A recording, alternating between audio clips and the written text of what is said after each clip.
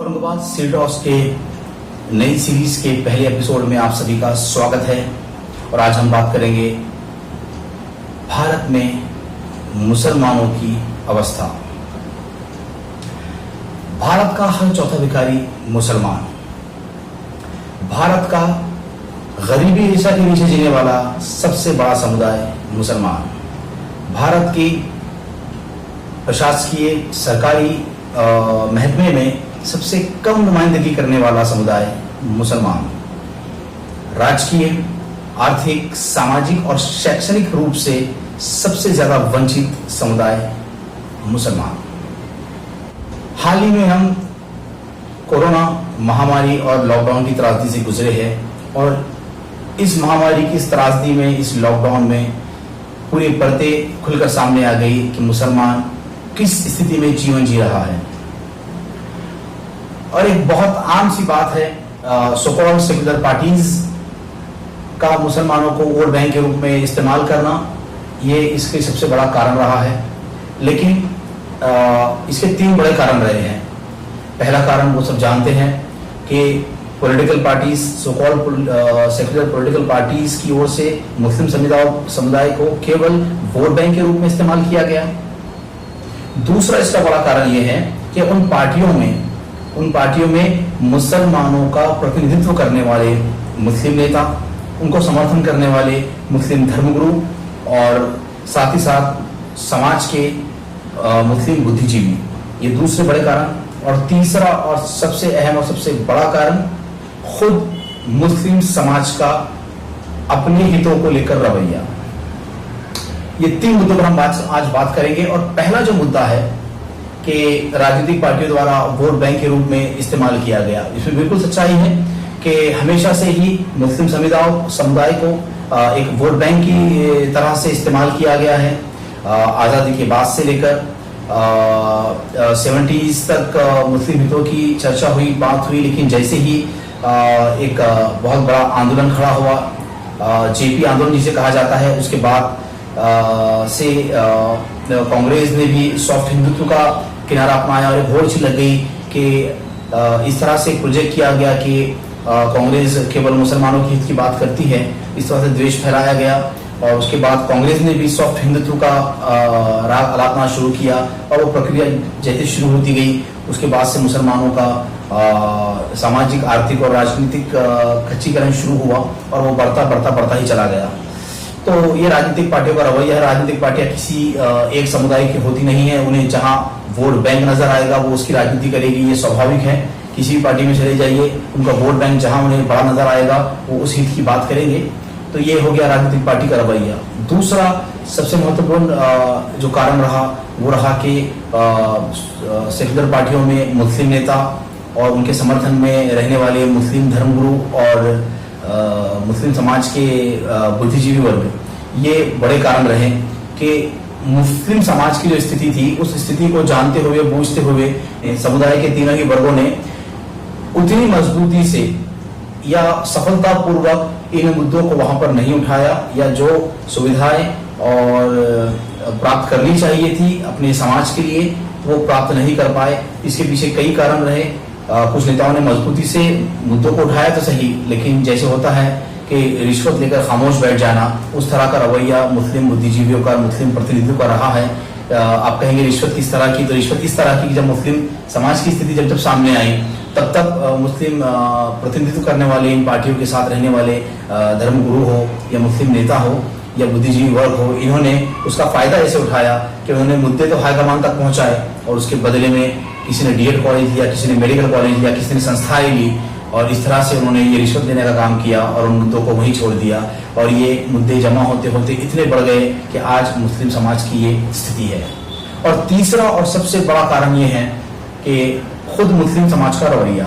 मुस्लिम समाज का रवैया जिस तरह से रहा है, मुस्लिम समाज कभी भी अपने नागरिक अधिकारों को लेकर रास्ते पर नहीं आई। मुस्लिम समाज ने कभी भी अपने अधिकारों के लिए आंदोलन नहीं किया। मुस्लिम समाज जब भी रास्तों पर आया तो हमेशा किसी न किसी भावनिक मुद्दे पर आया, किसी न किसी धार्मिक मुद्दे पर रास्ते पर आया और उन्हें एक प्री प्लान तरीके से रास्तों पर लाया गया अपनी राजनीतिक मंशा को प्राप्त करने के लिए उनका इस्तेमाल किया गया इन धार्मिक और भावनिक मुद्दों के अंदर। उनके अधिकारों को लेकर कभी भी कोई आंदोलन नहीं छेड़ा गया और ना ही उसके लिए किसी नेता ने किसी ने इस तरह की आवाज उठाई और ना उसे सफलतापूर्वक अंजाम तक पहुंचाया। अब ये रवैया खुद मुस्लिम समाज के लिए बहुत महंगा साबित हुआ और अभी हाल में हमने देखा औरंगाबाद शहर में मस्जिद खोली जाए, जबकि औरंगाबाद शहर में हिसाब जो है तो मसाइल है। यहाँ की शिक्षा की व्यवस्था मुसलमानों के इलाकों में क्या है, यहाँ रास्तों की व्यवस्था क्या है, यहाँ पर बिजली, पानी, रोजगार जैसी सुविधाओं का क्या आलम है, ये आप सभी लोग जानते हैं। तो ऐसे मुद्दों को छोड़कर फिर चुनाव के करीब में भावनिक मुद्दा उठाया गया जो कि पूरी तरह से असफल साबित हुआ। लेकिन आज अब सफल साबित हुआ है, लेकिन एक राग छेड़ दिया गया है, ये लंबा चलेगा और चुनाव करीब में है, सभी जानते हैं, और उसको उसमें भुनाया जाएगा और फिर मुस्लिम समाज भावनाओं में बह जाएगा और फिर इस तरह से जो है तो अपना नुकसान कर बैठेगा। तो ऐसे में इन दो अब राजनीतिक पार्टियों का रवैया तो हम साफ हो चुका है, सभी को पता चल चुका है कि राजनीतिक पार्टियां वोट बैंक की पॉलिटिक्स करती हैं। तो दूसरी ओर उसका पर्याय क्या है, सब्स्टिट्यूट क्या है, तो उसके सब्स्टिट्यूट में आप जो पार्टियां लेकर आए हैं या आप किसी और के साथ जाना चाह रहे हैं, तो क्या वो आपके हक की बात कर रही है, या अगर हक की बात कर रही है तो क्या उस पर काम हो रहा है।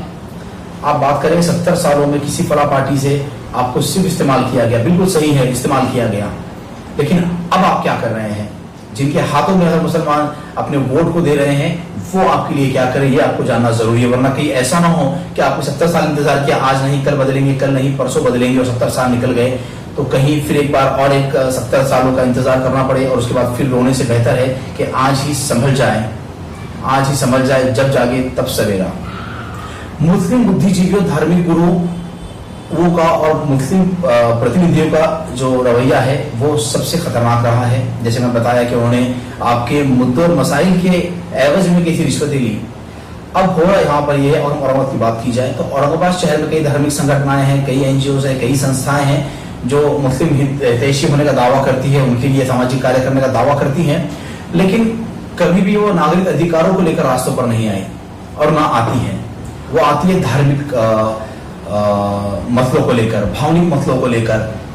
उसके पीछे का उनका जो एजेंडा है, उन्हें संस्था चलानी है, उन्हें संगठन चलानी है और ऐसे मुद्दों पर चंदा बड़े पैमाने पर इकट्ठा होता है और उन्हें अपनी संगठनाएं चलाने के लिए चंदे की जरूरत है और वो चंदा ऐसे ही मुद्दों से बाहर निकलता है। चंदे देने वाले लोग भी ऐसे ही जगहों पर चंदा देने के लिए भावुक हो जाते हैं और चंदे देते हैं और उसका फायदा ये संगठनाएं उठाती है। और इन संगठनों का रवैया देखिए आप, पिछले 20-25 सालों में औरंगाबाद शहर में कांग्रेस पार्टी के एमएलए सुनकर आते थे मुस्लिम इलाकों से, कुर्सी पर वो आसीन थे, वो कुर्सी पर बैठे थे, तो ये उनके सुरक्षा में चले गए कि हमारे जो गलतियां होती है, हमारे कुछ लूप होल्स है, बैकड्रॉप्स है, उसको कवर करने के लिए किसी कुर्सी पर बैठे हुए साथी का होना बहुत जरूरी। तो इन्होंने उन चुनावों में कांग्रेस के नेता की हिमायत की, उनके लिए तारीफ की, उनके लिए वोट मांगे और जनता को यह बताने की कोशिश की कि आप इनके साथ जाइए, यही आपके हितैषी है, ये सही है, इनको वोट कीजिए। अब जैसे ही पिछले 5-6 सालों में यहां पर कुर्सी बदल गई, एक मुस्लिम पार्टी के मुस्लिम नेता सुनकर आ गए, तो इन धार्मिक संगठनों का, इन संस्थाओं का, एनजीओ का रवैया पूरी तरह से बदल गया। एक कुर्सी के साथ इनकी विचारधारा बदल गई, इनके सोचने का नजरिया बदल गया। अब ये दावा करते हैं कि ये आपके हितैषी है, ये आपको फायदा पहुंचा सकते हैं और यही आपके भविष्य को सही रास्ते पर ला सकते हैं, ये उनको तायद कर रहे हैं, समर्थन कर रहे हैं। लेकिन जब ये लोग गलत काम करते हैं या उन पैमानों पर खरा नहीं उतर पाते जो नागरिकों का हक है, जो समाज का हक है, उनको नहीं दिलवा पाते, तो क्या ये धार्मिक संगठनाएं, ये एनजीओ और ये संस्थाएं आपके लिए आगे आती है? नहीं आती है। इनको सिर्फ कुर्सी वाला एक बंदा चाहिए जो इनकी रक्षा कर सके, इनके काले जाले और इनके जो राजनीतिक कनेक्शंस होने चाहिए, जो इनके जमीनों के कारोबार है, जो इनके दूसरे कारोबार है, इनको प्रोटेक्ट करने के लिए जो एक कुर्सी पर आसीन बंदा चाहिए, बस उनको वही चाहिए। उसी के साथ इनकी जो है तो विचारधारा बदल जाती है। ये बैठ के आपसे आपके मुद्दों पर बात करेंगे या आपके मुद्दे आपको बताएंगे कि आपके ये मुद्दे हैं। हाँ बिल्कुल, सबको पता है ये मुद्दे हमारे हैं, ये हमारी समस्याएं हैं, लेकिन इनको हल करने की जिम्मेदारी किसकी है? तो इनको हल करने की जिम्मेदारी किसकी है? क्या ये सवाल ये सरकारों तक, कुर्सी पर बैठे लोगों तक पहुंचाते हैं ये आपको वोट डालने के लिए तायद तो देते हैं, लेकिन जब काम नहीं होता या आपके हालात नहीं बदल रहे तो क्या ये जिम्मेदारी उन धार्मिक संगठनों की नहीं है, उन संस्थाओं की, एनजीओ की नहीं है कि आम जनता उनसे सवाल करे कि आपने कहा था इन्हें वोट कीजिए, आपने कहा था कि इनका समर्थन कीजिए, हमने किया, अब हमारे हालात नहीं बदल रहे, हमारी समस्या हल नहीं हो रही है, अब जवाबदेही आपकी बनती है। तो ये लोग उस समय पर जमीन से नदारद नजर आते हैं। तो इसमें शामिल है धार्मिक नेता, इसमें शामिल है मुस्लिम समाज के बुद्धिजीवी वर्ग, इसके अंदर शामिल है मुस्लिम समाज का किसी भी पार्टी में प्रतिनिधित्व करने वाले मुस्लिम नेता। इन तीनों ने मिलकर पिछले 70 सालों में वही रवैया अपनाया। पार्टियां बदलती रही, इनका रवैया वही है, तो वही एजेंडे से चल रहे हैं। आपका हित इनके पास कहीं नहीं है, आपके मुद्दे इनके पास कहीं नहीं है। ये सिर्फ ऐसे ही मुद्दों में हाथ डालते हैं जिसमें ग्लैमर हो, जैसे कि एनआरसी, ये बड़े लेवल पर, वर्ल्ड लेवल पर इसमें ग्लैमर था, इसमें बड़ा प्लेटफॉर्म था, तो ये इसमें कूद गए। और वो भी कब कूदे? इन्होंने कोई आंदोलन खड़ा नहीं किया, ये आंदोलन नौजवानों का था, ये आंदोलन कॉलेज स्टूडेंट्स ने खड़ा किया था और उसमें ये लोग शामिल हो गए। ये मुद्दा उठाएंगे ट्रिपल तलाक का, ये मुद्दा उठाएंगे बाबरी मस्जिद का, क्योंकि ये भावनिक मुद्दा है, इससे नदारद हो नहीं सकते, इससे ये भाग नहीं सकते। और इसमें शामिल होने का फायदा बड़ा है कि ये जंग लड़ने के लिए चंदे की जरूरत पड़ती है और ये चंदा इकट्ठा करने के लिए बहुत अच्छे मुद्दे होते हैं, लेकिन ये आपकी शिक्षा के लिए, या आपके रोजगार के लिए, या आपकी रोजमर्रा की सुविधाओं के लिए कभी भी रास्तों पर नहीं आए हैं, और ना ही ऐसे मुद्दों को ये बड़े पैमाने पर आंदोलन के रूप में नहीं छेड़ते हैं।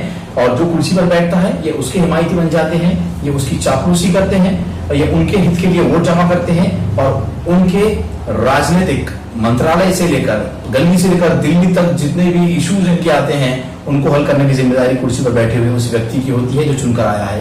तो यही रवैया है, तो समझ जाइए स्ट्रक्चर वही है, नेता बदल गए हैं लेकिन ये चेन उसी तरह से काम कर रही है जिस तरह 70 सालों से करती आ रही है। और ये जान लीजिए इसी तरह से काम चलता रहा तो आपकी जो स्थिति है ये बद से बदतर हो जाएगी, लेकिन आपके सामाजिक, राजनीतिक, आर्थिक और शैक्षणिक अवस्था बदलने वाली नहीं है। तो अगर आप चाहते हैं कि आपकी जिंदगी में बदलाव आए, आपके बच्चों को अच्छा रोजगार, अच्छी शिक्षा, अच्छा माहौल और राजनीतिक न्याय, सामाजिक न्याय मिले, आर्थिक न्याय मिले, तो आपको अपने हक की लड़ाई लड़नी होगी।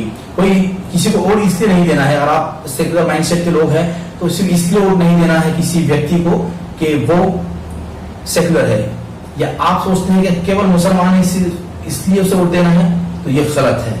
जो आपकी हित की बात करे, जो आपकी हित की सिर्फ बात ना करे, उस पर काम करे, तो ही आप उसको चुनिए, आप उसका साथ दीजिए। किसी एक पार्टी को पूरी तरह से समर्थन और पूरी तरह से किसी पार्टी को निग्लेक्ट कर देना यह आपके लिए घातक है। आपने वो कहानी तो सुनी होगी मुसोलिनी की, कि वो एक मुर्गी को लाया, उसके पर छीलकर और अपने पैर के पास रख दिया, कुछ दाने डाल दिया और वो मुर्गी उसके पैरों पर से दाने खाने लगी, और उसने कहा कि यह है जनता, कि जनता को इस हद तक तकलीफ दी जाए, इस तरह से वो जिंदा रहने के विकास समझे।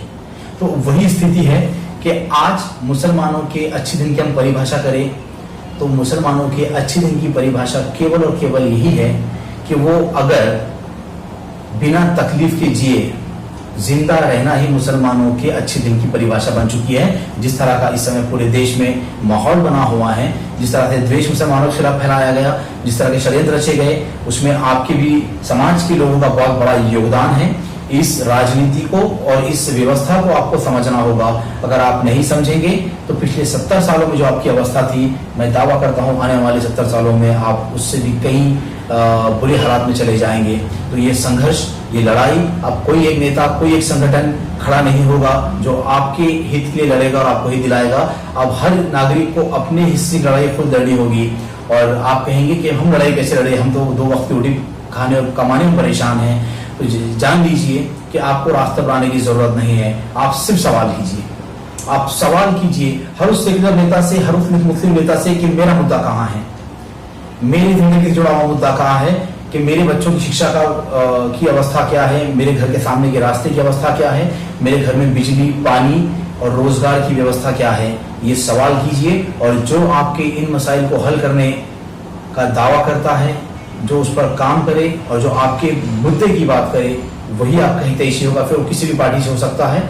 आपको अब अपने हिस्से की लड़ाई खुद लड़नी होगी, और ये लड़ाई किसी बंदूक, किसी तलवार और रास्तों पर आंदोलन से भी नहीं होगी, ये आपके सवाल करने से। अगर हर व्यक्ति ये सवाल करने लग जाए तो नेताओं पर दबाव बनेगा, उनको आपके हित की बात करनी होगी। और यकीनन अगर आप ये करते हैं तो मैं दावा नहीं करता कि साल में, 2 साल और 5 साल में आपके हालात बदल जाएंगे। किसी भी बदलाव, कोई भी बदलाव जो होता है वो जादू की छड़ी से नहीं होता। कोई भी विकास और कोई भी बदलाव एक प्रक्रिया के रूप में होता है, लेकिन प्रक्रिया शुरू होती है कदम से। आप आज शुरू करेंगे तो आपकी आने वाली पीढ़ियों में बदलाव नजर आएगा, लेकिन आज भी अगर ऐसे ही बैठे रहेंगे तो आपकी आने वाली पीढ़ी भी उसी मानसिक गुलामी की शिकार रहेगी कि आपने पार्टी बदल दी तो आपके हालात नहीं बदलेंगे। आपको अपनी विचारधारा बदलनी होगी, आपको अपना रवैया बदलना होगा, आपको अपने हक की बात खुद करनी होगी। आप अपनी हक की बात खुद करेंगे तो नेताओं पर दबाव बनेगा, और वो राजनीति आपके मुद्दों की करेगी, ना कि भावनिक मुद्दों की। और विशेष तौर पर जो शैक्षणिक व्यवस्था और अवस्था इस समय मुस्लिम समुदाय की है, उसको लेकर एक विशेष तौर पर एक अलग से एपिसोड बनाने जा रहे हैं। तो अगले एपिसोड में हम पूरी तरह से उसी पर बात करेंगे। बहुत बहुत धन्यवाद।